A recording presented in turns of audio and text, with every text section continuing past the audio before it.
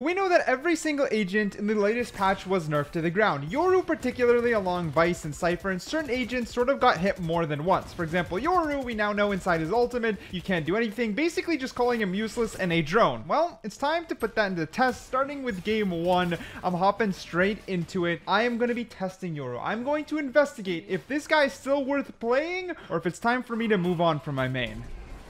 Now, round 1 doesn't go my way exactly, but what I'm going to be looking for is 1, do the flash nerfs inhibit me from playing aggressively like I usually do? And 2, can I make any plays with the ult at all? Damn. Oh, hey. Luckily, my waylay clutches. We go into the second round win, then we go into bonus. I died, so all I got is a classic, but I get a nice little flank. I make sure to clone and flash to protect myself, pick up the Vandal, and get the hell out of there with a Vandal intact. I know I'm going to pop off. I whiffed 120 on Phoenix. He's near sight.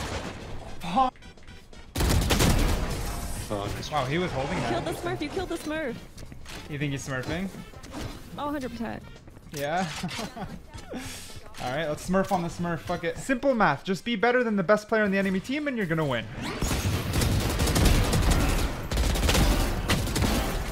Oh. Ah, he's there. He's gonna have Phantom. Play together. Bro, nice. I said smurf on the smurf, man. I wasn't lying. Right there and then I knew the improvement to being able to spray negated any lower flash that I had. I'm ulting. They're pushing with that. Now I had my ult and I decided to push. It felt really weird not being able to do shit. I'm not gonna lie. All I did was anti-ult the Phoenix ult so I can guarantee a pick. But I was limited in the sense I had to back up and basically be a drone and then just a Omen flank machine. Like if I had an Omen ult, I would have done the same thing.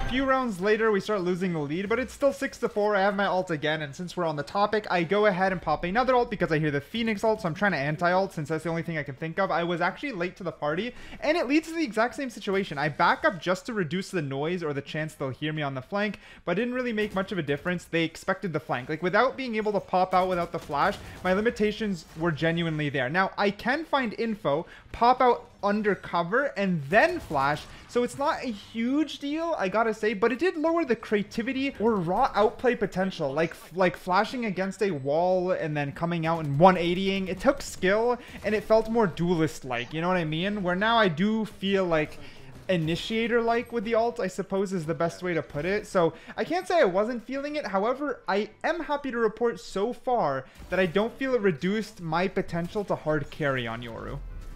I rotate. Yep.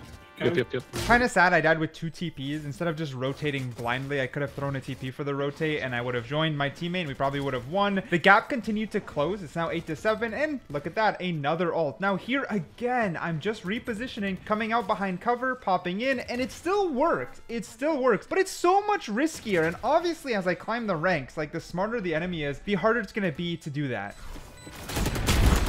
Fuck me, I was trying to leave. Oh. That was Reina.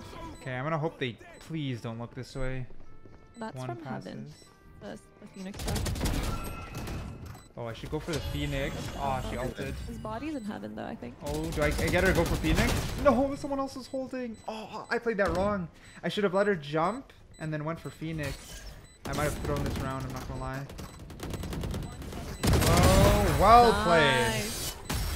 Now in this next round, 10-10, we really need to close this out or else we're going to hit overtime. I'm able to find a pick on the Reina. Then it's left me and my duo versus a Phoenix. So the Phoenix is definitely their best player. So the minute I know where the Phoenix is, we decide to rotate together. Let's leave. You guys could rotate if you want. I throw the spike over to my duo. The duo goes to plant and then I hold where I believe the Phoenix will rotate. Coming through spawn. Yep. Nice. Well done. Read like a book. Well done, guys. It looks like we're about to slip up, but then my duo gets a double kill. She goes for the plant. Coming to you, healing. Yeah, elbow, you saw him. After the plant, she goes for a slow rotate, and then something happens that I feel we'll all understand. No. NC. Nice try, man. That's not even a try. Nice try. I'm devastated. It happens. It literally happens. I Yeah, understand. yeah. That type of whiff, that literally keeps you up at night. At least it'll keep me up at night. I'm not gonna lie. I hate when that happens. I'm just a mini bobini. I wanted to put her on blast. But either way, I'm left to clutch a 1 versus 2. And then I'm not gonna allow Reyna to make the same mistake of pushing me. I pop the ult and I play it differently this time. I have no abilities here. So instead, I pop out knowing I can either spray her or she'll have to peek me. Nice. Oh, 12 to 11. We only need to win one more round, but the round starts with 2 of us getting picked, meaning it's a 3 versus 5. But with Waylay's ult, this Waylay ult honestly saved us because she gets 1 on the right. I'm able to flash, which doesn't flash my Waylay, but then she's able to get the fade that was straight ahead, which also gets ulted. I hold the rotate, bam, rotate pick. I then throw a TP and jump up heaven in order to try and take space. Now, I don't know about the TP nerf. Like right now, if I hit the TP, the fake TP, it's supposed to make sound where I am and where Chamber is, meaning he's supposed to know either it's fake or where I am, and it works. Because of that, I believe he knew I was heaven because he saw the fake, meaning you have to be way more careful. It's halved. Nice. GG, guys. Not even close. You dropped 30? Oh my lord, wait, what does this say for your video? Yoru is still my baby. And honestly, it's true. Yoru is my baby. However, we need to evaluate the TP nerf and the alt nerf a little bit more. But before we do that, I want to show you guys this really cool tool. Cypher here. I want to tell you about today's sponsor, VoiceWave by Ease US. This sponsor allows you to change your voice to sound like so many different characters. I'm starting with Valorant, but the spooky season is right around the corner. So why don't we change? Maybe something like Omen. Is a little bit more appropriate. And while I'm here, why don't I confirm I am an octopus with 67 tentacles? Hey, what about me? I could sound pretty scary as well. Or you can use a completely different voice that has nothing to do with Valorant, and it's going to sound just as good, if not even better. And looky here, if I go into the Alt tab, just look at all the options we have. For now, let's disable it. Now you can hear me normally. And as you can see, there is a ton, and I mean a ton of different options to choose from. It's kind of ridiculous the amount of options there are, from anime to games, Valorant specific, Genshin, and man, it just goes on and on and on. It is genuinely impressive. Do I see a Minecraft villager? Okay, wait, I gotta try that one. So if I try to tell you about this sponsor, I wonder if you're still gonna be able to understand me, like how much fun this actually is, and there's a discount code as well. Okay, but before we get to that, let me explain. If you go to the Ease US Wave Voice website, you can just hit the free download button, click the install, and bam, like the app will just be installed. It'll open right away. There's a lot of little cool things. For example, you can add sound effects to your voices. I'll try to play some here in the background. So for example, if I click beach, you're gonna hear a little bit of a beach sound in the background, which is pretty cool. You can change the volume. And there's even like a soundboard. You can even do your own voices or sound mixing. Right now, Halloween's around the corner, so horror is pretty cool. You can mess with your friend or for creative reasons make stories, which is really, really cool. And you can even get a discount using the code on screen. I'll leave the link and code down below so you can easily click and copy. And it's a lot of fun. Check them out, get that discount. And thanks to VoiceWave for sponsoring today's video, but let's get back to it. All right, as we enter game 2, I'm not gonna lie, I'm still locked in. This is back-to-back games, and I'm feeling pretty good off of the last one. I mean, I dropped a 30 bomb. I feel like I can hard carry. My 2 biggest concerns is how the fake TPing and TPing are working with the 2 audio cues, and if the limitations on the ult are gonna get old really fast.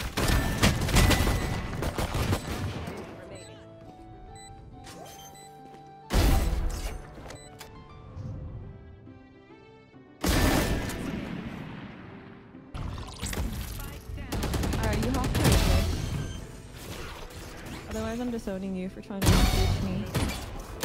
No! Oh. Thing is, game 1, I had some successful ults, but I believe the ults that were successful were based off of the enemy team being like dumb, kind of. Like here, I can't even get through them without all this happening, like all this shit happening. So it's weird. It's like they all know where I am because they know I passed them. So despite the audio cue, they know I'm going to re-attack from the same angle. I'm left again in a 1v3, and there's a reoccurring theme in this next game, which I'm left in a 1v3. I get 1, I get 2.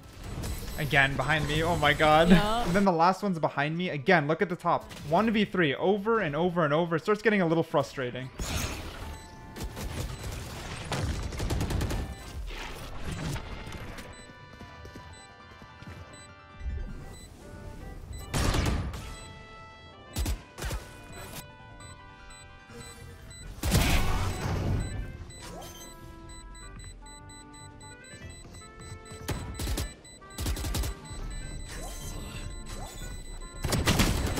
Oh, nice try. I let that one play out in full because that's completely my fault. I should have halved and then immediately pushed the clove as quickly as possible. I shouldn't have done that like weird jiggle peek. She's the one who's playing time. I'm not, so I should have held W key. In this next one, I'm able to get 2 picks on the retake, but unless I get 3, not gonna happen. We just need to play our lives. We keep like throwing it after, you know what I mean? That's what's happening. That might have been me. It's okay. She was being humble, but it was like the team. Basically what would happen is that this Waylay was popping off, full respect, but then Waylay became overconfidence due to the fact that she was popping off. So we'd see Waylay kind of run in a lot of the times. But here's another ult anyways. Let's not talk about my team or this ranked game. It is 5-6. We lost the lead. I go to ult. What's gonna happen? I'm ulting straight ahead and I'm behind them again. I am being stupid, I think. Like, I'm not too sure. I'm trying to think how else do I ult? And I'm not entirely sure. Odin in that corner. Wait, we play together. We play together. Hold up. Let me fake TP towards you. So right now, I don't know if that TP is showcasing in front and where I am, but based off of the Sova... Is he even on the right? He is. He was looking both angles. So I think he's either looking where the fake TP is or where I am. So I think he heard both audio cues. Yep, that's the clove. So now we just gotta breach. Okay, let's go through garage. Dark side last was what I was finding. Seems like he's out.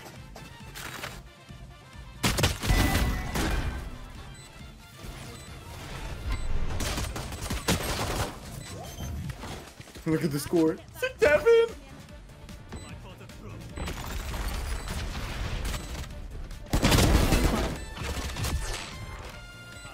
I'm working my way mid. Crazy one tap. Crazy.